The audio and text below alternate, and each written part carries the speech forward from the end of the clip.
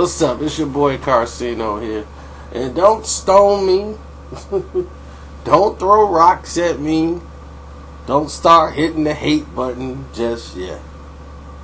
Because everybody's finna flip out just off the title alone.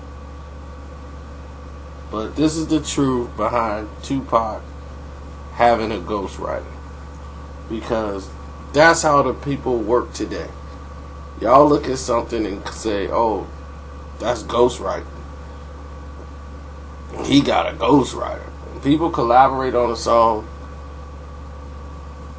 y'all call it a ghostwriter. Now, Tupac don't need anybody to write for him. All Tupac rhymes and lyrics is coming from him, his delivery. But Tupac he already had like 2-3 albums worth of songs already ready to go. The album Thug Style was already recorded, and Thug Style had about 16 songs done, already mastered, ready to go in to be released. And they got the songs they wanted, they listened to them, and they was like, man, we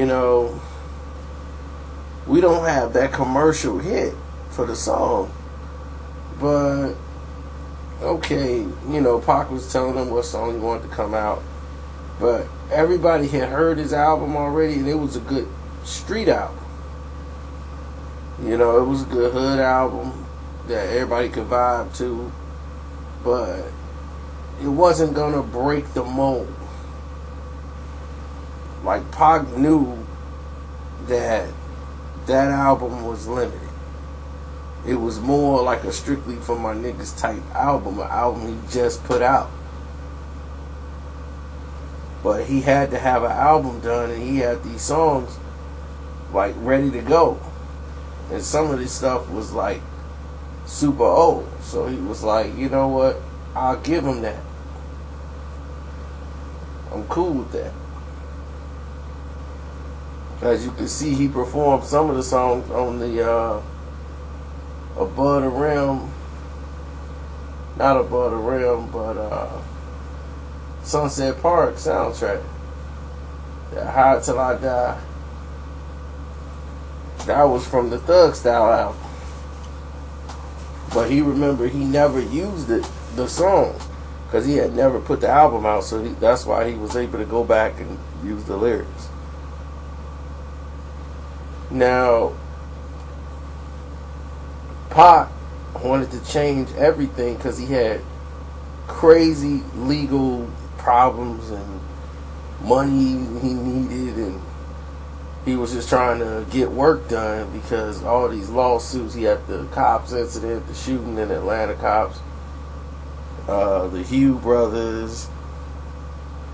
All this stuff was coming in like all together at once. Then, the shooting, the rape case, all this stuff was coming in all like one big storm. And Pac was just fighting case after case after case. So he had to make an album that was gonna sell, and Me Against the World became that product. And people don't know, like, this was a rush job. Like, everybody got together to help out Tupac. They actually came and, it's like, we gonna help him out. This is a good brother. This is our brother. We all gonna get together and help out. And his boy Tretch was the orchestrator of, like what you need. You need tracks. Boom, we got this, we got that. And Easy Mo B had tracks for him, and he came up with this song, If I Die Tonight. And they was working on that song, and Tretch wrote the first verse. They collaborated on the song. Like, Pac wrote the verse, but But the theme and how they did, like how If I Die Tonight, Tretch worked on the first verse with him. And a lot of people didn't know that. And if you listen to the first verse, you can tell that it's Tretch. From when Pac started rapping it. And if anybody knows Tupac, and this for real Tupac fans, not the fake Tupac fans who just came along during the Death Row era. I won't call you fake, because most of you probably was young and just that's what you related to. But Tupac had a career before he went to Death Row. For those who were real Tupac fans, Apocalypse Now, Strictly for My Nick, those Tupac fans, Thug Life Tupac fans, right, us. Y'all gonna get what I'm saying. Probably a lot quicker than the Death Row Tupac people, who just went back and got these old albums, after he passed. If you listen to the delivery, it's a lot different. The lyrics are a lot different than the delivery of it. When he says, how did the verse go? They say pussy and paper and poetry, power and pistols. Plotting on murdering mother before they get you. Picture the pitchfork punch niggas copping please. Pumping weed as I position myself to clock G's. My energy scattered in suicidal situations. Never to witness the wicked they was facing. Pockets is packed with presidential senior riches. You see? That whole first verse, that's not even all of it. But that whole first verse completely does not sound like Tupac.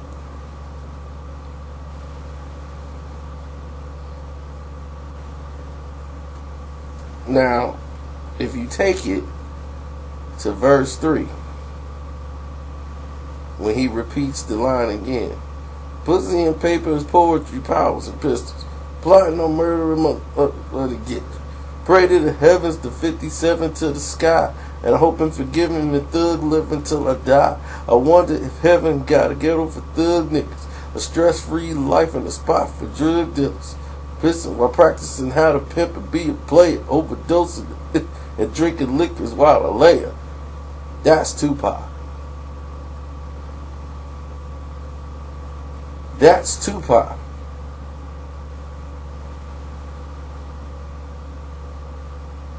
First verse, that ain't Tupac. And if he was able to do that, then I'm sorry. He's a complete genius. One of the greatest ever. But I can tell when someone's helping somebody or they're writing the verses. And it's cool. I mean, he helped them out because at that point, Pac wanted to finish the album and he had certain songs that was already on Thug Style that he had done already that he brought over to this album. What was that? So Many Tears. He brought So Many Tears. He had that done already. He had it was another one that he had done already. They did Outlaws. Then they did Outlaws. He did The World. It's another song. And he had one song that was left off of the Thug Life album that he put on this album. Because the Thug Life album was out. And that was Death Around the Corner. That was from the Thug Life album. And John Jay put that on this one. On this album here. Which Thug Life was one of my favorites. Woof. Woof. Brutal. But what happened was when they helped, they collaborated on the album, everybody put their pieces in, Pac went to jail. And for the video, like Temptations, when they started putting the singles out, Pac had reached out to Tretch when they got Ice-T, everybody. They Salt and Pepper. People came together for Pac, to help him out. and that's when it was everything was all love, and it was beautiful back then, you know. So seeing everybody come together for something that nobody got paid for, you know, they was helping Tupac, you know, sell his album. But with the type of album it was more of a introspective album. You know, and this is the type of album Tupac wanted to make. And he did make it. He already had the songs, everything done. And we never got to see it completed and put together right before it was released.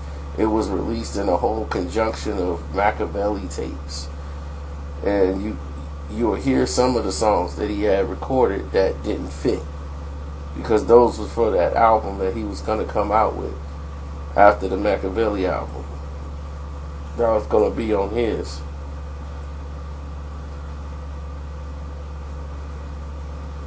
So, you know, it is what it is. Enjoy the video and follow the playlist. Hope you enjoyed it, and see for yourself. You know, y'all got the internet and all this stuff. Listen to the songs. If I die tonight, you tell me what you think. Did he have a ghostwriter? Did he not? Since y'all love to say ghostwriter all the time, I don't think there's nothing wrong with what happened. So you tell me.